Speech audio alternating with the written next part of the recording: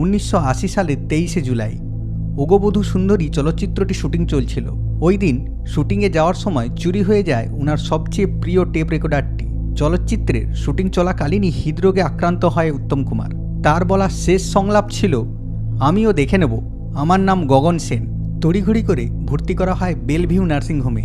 জীবনে এটি তৃতীয়বারে হৃদরোগে আক্রান্ত হন মহানায়ক। 1980 সালের 24শে জুলাই রাত 9টা 35 মিনিটে উত্তম কুমার চিরদিনের জন্য না ফেরার দেশে পাড়ি দেন। জানা যায় মৃত্যুর পূর্বে সুচিত্রা সেনকে অন্তিমবারের মতো দেখতে চেয়েছিলেন উত্তম, কিন্তু তার শেষ ইচ্ছা অপূর্ণ থেকে যায়। নিজের কর্মব্যস্ততার মধ্যে বন্ধুর সাথে শেষ দেখা করতে যেতে একটু দেরি হয়ে যায় সুচিত্রার।